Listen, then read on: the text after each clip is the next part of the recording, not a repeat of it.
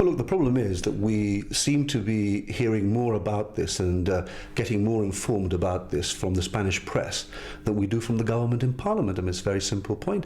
And although you always take reports in the Spanish press with a pinch of salt, we know by the government's own admission, because they made this public in response to questions from the press on the 30th of April, that a discussion paper has actually been circulated amongst Spanish fishermen discussing the proposed changes to the law in order to regulate fishing with nets in British Gibraltar territorial waters. And I've been asking Mr. Picardo questions about this for a very long time indeed, about what the government intends to do. What's the framework? Will Spanish fishermen be required to apply for a license in British Gibraltar territorial waters? And he has, every single time that I've asked the question, he has refused. But look, it's much more than just simply a transparency point. I think that Gibraltar really needs to be putting this behind it. And the government, 2.5 years after, in my view, it plunged us into an unnecessary crisis by doing away with the 1999 agreement without having anything to take its place, doesn't appear to be any closer to resolving this particular issue. And you say that they don't seem to be any closer, but of course you're not privy to the discussions that are taking place. And isn't it, from a government point of view, prudent that they should be discussing this, if you like, bilaterally with the people affected, rather than having to make public statements even to the opposition? Well, I agree that the government ought to be discussing it with the Spanish fishermen. I've said so publicly myself. As long as the Spanish fishermen are left in absolutely no doubt that this is not a question of anybody in Spain vetoing what we legislate here in Parliament. But why do you say that, Mr. Feetham? Why do you suspect that what the government is in fact doing is giving the Spanish fishermen the right of veto? Well, no, Stephen, I haven't said that the government are giving a right of veto. You're saying that they may be? I don't know, because of course... But you're raising the points. No, but of course Mr. Picardo refuses to answer questions in Parliament about this. And there are reports in Spain about attempts to reach agreements. This is not about reaching agreement. This is about consulting people, saying, look, this is what we want, this is what we intend to be doing in relation to this. But it now appears actually that the process has got to the end of its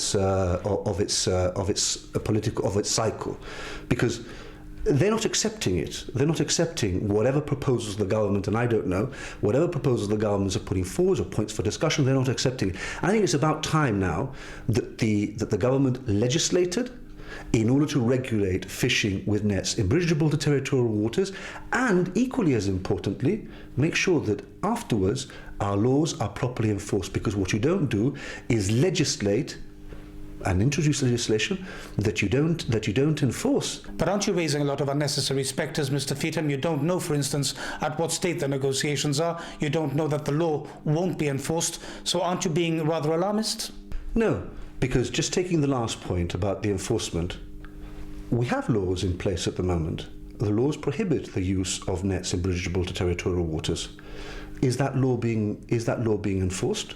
And as for the other point that you made in relation to me being alarmist about what these proposals entail, etc. Look, I don't know what the proposals entail.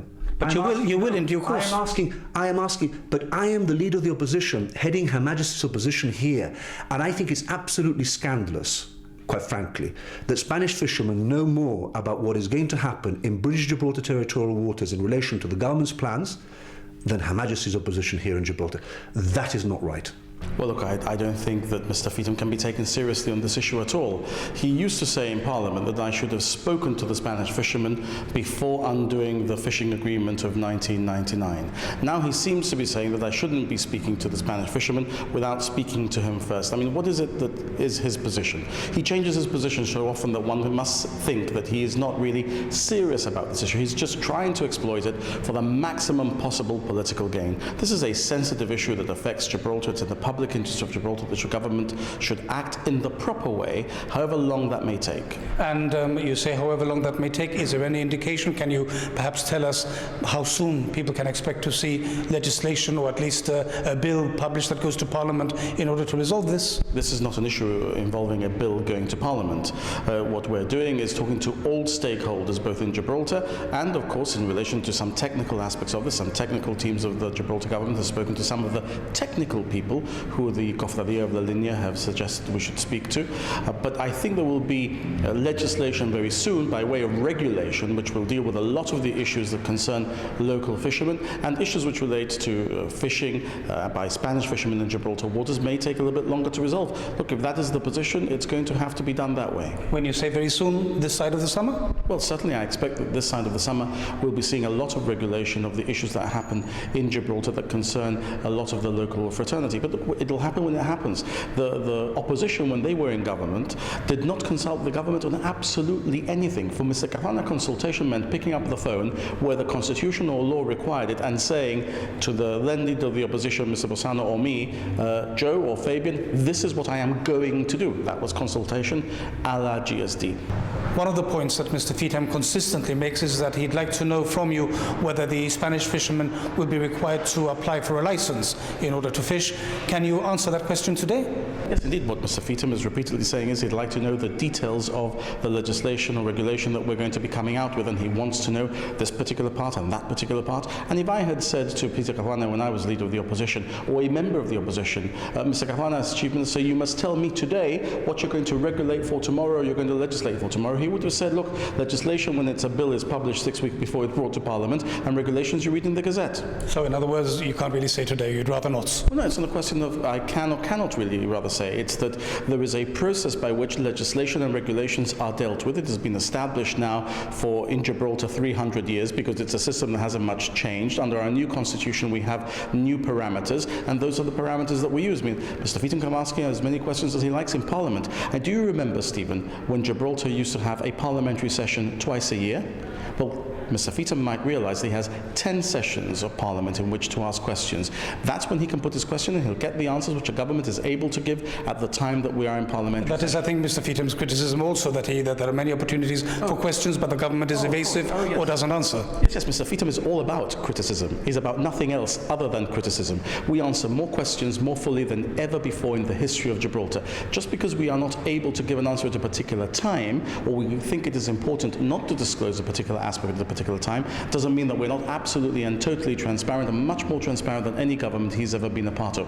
One of the points that you used to make when you were in opposition is that you usually found out about things in the Spanish press rather than here in Gibraltar.